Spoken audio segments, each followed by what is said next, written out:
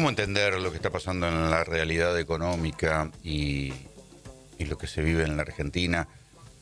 Porque todos vemos que acá hay algo que no funciona bien. Todos decimos, che, están cerrando fábricas que eran poderosísimas. Techint está discutiendo si deja de fabricar caños sin costuras en su megaplanta de Valentina Encina. Se fue Whirlpool. Sin embargo, no solo Milei ganó las elecciones, sino que hay cantidad de encuestas que dicen que mejoró la imagen positiva de Milei frente a este proceso. El regreso de la plata dulce está generando una ilusión de bonanza, pero los que recordamos que estas cosas en algún momento se cortan y después vienen las malas noticias y hay que pagar la fiesta, y es lógico que nos preocupemos.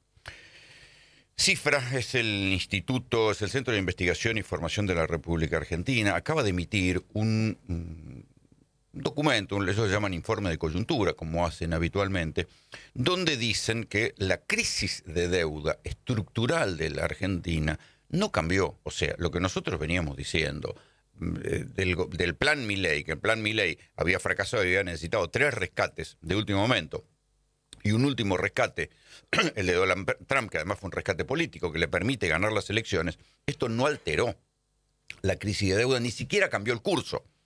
El propio gobierno empieza a admitir que ahora que necesita mejorar la actividad económica. Pero todos los signos de actividad económica que mide Cifra van para atrás. El superávit comercial, o sea, la relación entre importaciones y exportaciones, fue de apenas 6.800 millones de dólares en los primeros 10 meses del año. ¿Por qué? Porque hay cada vez más importaciones. La fuga de capitales al exterior acumuló 32.500 millones desde que se flexibilizó el control de cambio. ¿Qué quiere decir esto? Que todo el que puede compra dólares, ya sea para gastárselo en las vacaciones, porque le es más barato irse a Brasil o a Chile o a Estados Unidos que veranear en Mar del Plata. Y por supuesto la crisis de reservas. Las reservas netas, medidas según las mide el Fondo Monetario Internacional, están en negativo de 15.300 millones de dólares. Pablo Manzanelli es director justamente de Cifra y lo llamamos para consultarle algunos detalles más de lo que está pasando, porque él dice, miren, estructuralmente la Argentina está complicada. Que haya habido una euforia después de las elecciones, esto no resolvió la crisis estructural, que es una crisis de deuda. Pablo Graña te habla, buen día, ¿cómo te va? ¿Qué tal, Rolando? ¿Cómo te va? Bien. ¿Cómo estas cifras son tan inquietantes como uno las ve? ¿O el gobierno todavía tiene margen para seguir bicicleteando la cosa? Sí, en realidad estamos en el marco, como bien decías, de una crisis de deuda que yo la califico como de insolvencia. Si uno puede pensar las crisis de deuda de 2 formas. De que financieramente falta liquidez para pagar vencimientos, y por lo tanto se hace una devaluación, y la devaluación baja las importaciones, y eso permite juntar dólares para pagar los intereses del capital de la deuda, o estamos en una crisis de insolvencia donde estructuralmente Argentina ya no tiene de dónde arañar para pagar la deuda. O sea, esto en términos del Banco Central serías un deudor incobrable. ¿Argentina es un deudor incobrable? Claro, Argentina se encamina a ser un deudor incobrable, y de hecho esto ya ocurrió. Lo que pasa es que a veces la coyuntura te hace olvidar cosas que pasaron hace muy poco tiempo, pero el salvataje del Fondo Monetario Internacional a mediados de abril indicaba que Argentina era un deudor incobrable y por eso no podía acceder al mercado internacional de capitales para financiar su deuda. Entonces, pero pará, sigamos por ese razonamiento. Si Argentina es un deudor incobrable a corto o mediano plazo, quiere decir que tarde o temprano va a tener que dictar un default, o sea, no puedo garpar. Mira, yo creo que lo que se venía era eso. La propuesta que ahora se frustró por parte de la banca internacional de Wall Street, con el JP Morgan a la cabeza. No sé si recuerdan, pero Bessent, en el medio de la campaña electoral, ese rescate electoral que hicieron con Trump y Bessent, una de las cosas que plantean, además del shock que entró de 20.000 millones de dólares de Estados Unidos en Argentina, pero los cuales solo se activaron 2.000 millones de dólares, era un programa de 20.000 millones de dólares adicionales que iban a aportar los bancos. Bueno, eso se cayó hace poco, o acá con dificultades muy grandes, por una razón que tiene que ver con que Argentina es incobrable, porque lo que proponían ellos era que para prestar esos 20.000 millones de dólares corran al FMI como acreedor privilegiado y ellos aparezcan primeros en la fila para cobrar. Es decir, que el Tesoro de Estados Unidos, el gobierno de Estados Unidos, por consiguiente, se hicieran cargo como con garantías del repago de salarios. Es decir, el JP Morgan tiene un diagnóstico de que Argentina es insolvente y por eso proponía eso. Bueno, esos 20.000 millones de dólares que supuestamente venían a rescatar a Argentina se cayeron. Ahora Caputo habla de un repo de 7.000 millones de dólares, de lo cual todavía no hay nada, y hoy lanzan una oferta para que alguien en el mercado local, no en el internacional, porque no tienen forma de llegar, les dé algunos dólares para pagar los vencimientos que hay en enero del año que viene. Entonces la situación es apremiante. No digo que no puedan de alguna forma sortear el corto plazo.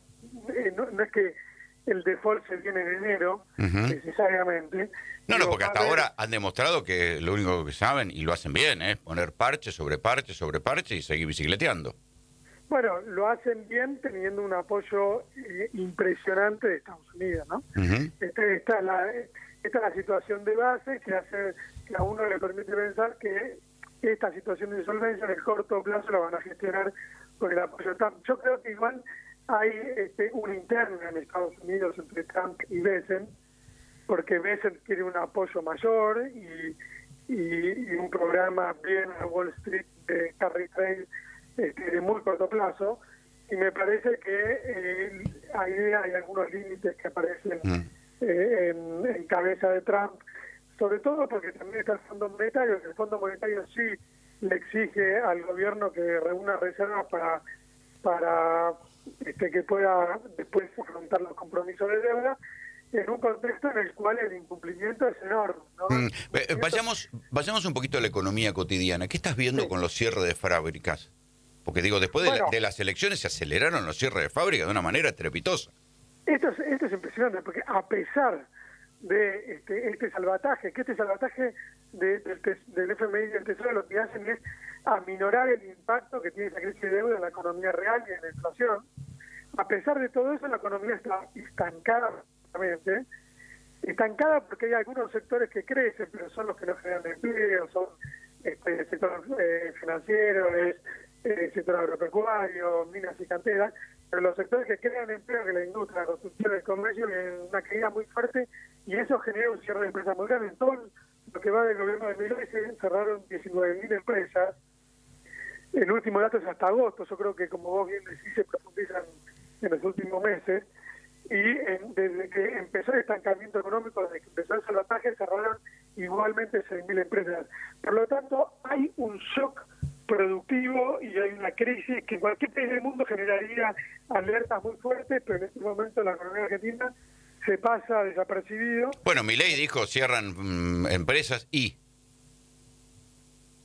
Claro, sí, no parece no importarle, digamos. Sí. Ahora, cierran empresas, microempresas, cierran pequeñas empresas, cierran medianas empresas y cierran grandes empresas. Cerraron 70 grandes empresas, que parece poco el número, pero es muy relevante en cantidad de empleo, porque las grandes empresas son las que tienen una mayor dotación de personal. Sí, y no es que se abren otras, ¿eh? Claro, no se abren otras, no se da la inversión extranjera. La inversión está en una crisis porque nunca fue el de los componentes de la demanda agregada el único que no recuperó su nivel después de la crisis inicial del gobierno del primer semestre de 2024, y tiene una tasa de inversión que está en el orden de 15%, esa tasa de inversión bajísima. Piensen que en 2023... Sí. Y vos te decías, creo, en el informe vos también decís que los que ganaron casi no crearon empleo.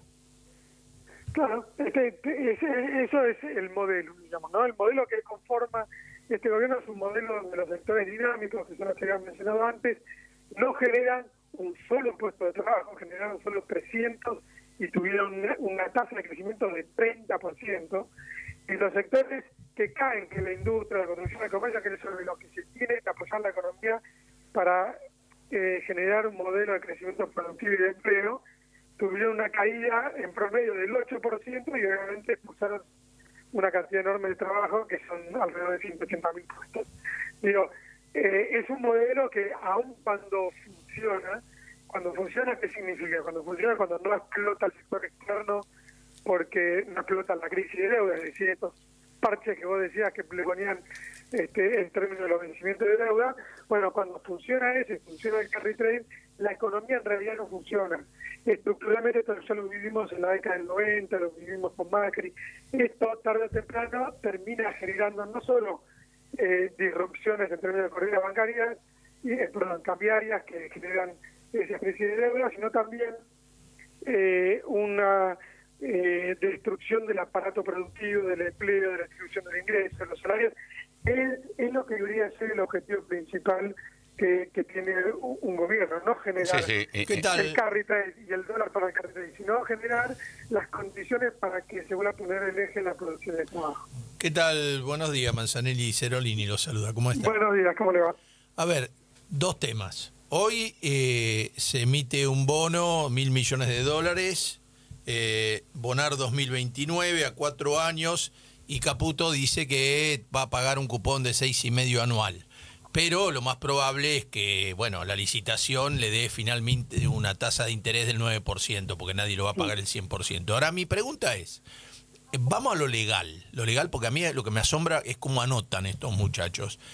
Estos $1.000 millones que se vuelven a licitar desde el 2018, antes, ¿no hay una ley del Congreso que dice que para poder volver a tomar deuda tenés que mejorar alguna de las condiciones de la deuda previa? No, eso es en términos de la reestructuración. Esto es...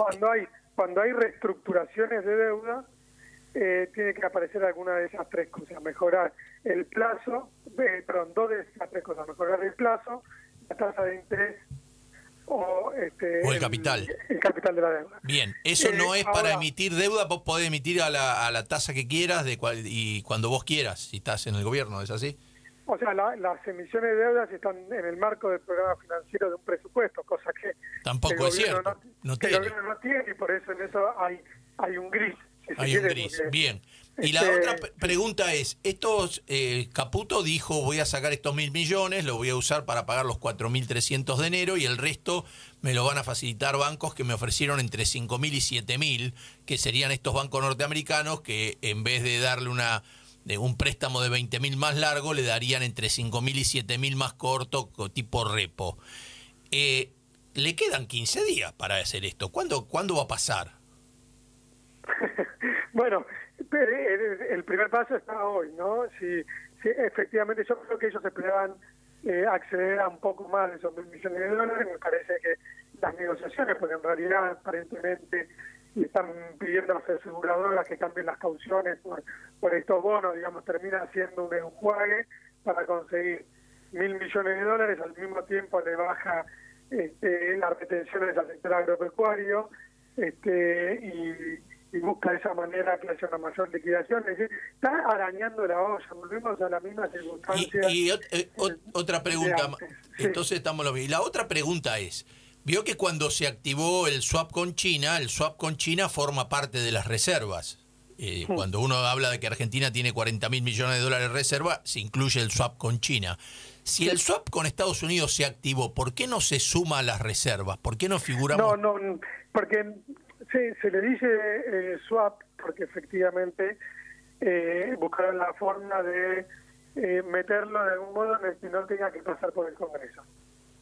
Pero bueno, cualquier cosa eso. Ahora, Estados Unidos prohíbe que los swaps figuren como reservas internacionales en los países acreedores. Por lo tanto, no lo pueden. Ahí ahora, se explica. Si vos hablas de legalidad, es de una opacidad enorme ese crédito, porque finalmente es un crédito de Estados Unidos a Argentina. Es una opacidad enorme. Argentina tiene que primero reconocer que tiene una crisis de deuda. Segundo, avanzar en una investigación de lo que fue esta deuda. Porque esta es una deuda política desde que se incubó con un montón de irregularidades cuando se tomó el crédito del Fondo Monetario de Macri. Lo mismo ocurrió con el crédito del FMI que tomó ahora Milei, y mucho más con esto del Tesoro. Es decir, hay que hacer una investigación de la deuda, hay que hacer una investigación de la fuga, y hay que avanzar, obviamente. Va a haber que va a ser una reestructuración, no porque a uno le guste, porque los sectores que impulsan la valorización financiera generan crisis de deuda que no te deja alternativa. Esta es la situación que hay que discutir en Argentina, porque esta es una deuda política, y esta deuda política hay que tratarla como tal y discutirla. Pablo, te agradecemos el contacto, te mando un abrazo. Gracias a ustedes. Pablo Manzanelli, economista, director de Cifra.